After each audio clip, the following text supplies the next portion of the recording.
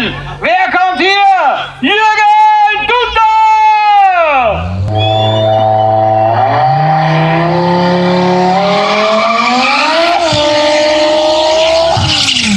Jürgen Dutter mit dem Burnout und er hat wieder gebastelt. Der hat neues Getriebe eingebaut. Erstes Rollout hier und heute in Fähring. Jetzt wird er natürlich angreifen. Jetzt geht es ja darum, er ist ja schon im ersten Lauf mit einem Mapping von über 1000 PS unterwegs gewesen, aber mal so zum Einfahren hat er das ein bisschen weniger aufgemappt, dieses rosa Kampfding, da hat er noch nicht die volle Power herauskitzeln können. Jetzt im zweiten Lauf ist er schon schärfer unterwegs, also da geht es auf jeden Fall noch einmal ein wenig höher. Wir sind bei über 1100 PS jetzt hier, 1100 PS im zweiten Lauf und im dritten Lauf will er alles geben. Er muss hier sich an die Grenzen testen und tasten, denn das neue Getriebe, wie gesagt, heute und hier gibt es das erste Rollout, meine Damen und Herren. Mit Jürgen Dutter haben wir einen der absoluten Tagessieganwärter.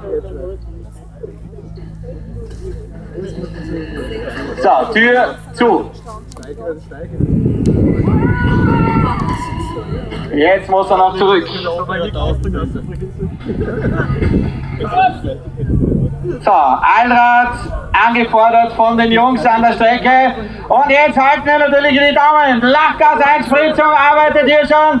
Die letzten Vorbereitungsarbeiten von Jürgen Dutter. Und jetzt kommt er hier rein. Jürgen Dutter lockt sich in Kürze ein. Mit dem ersten gelben Licht ist in der Free-Stage und noch einmal einen kleinen Sprung nach vorne auf die Stage. Jetzt ist er da, jawohl!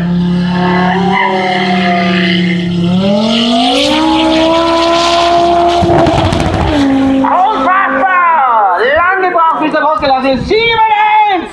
7-1, 96 und 189,8.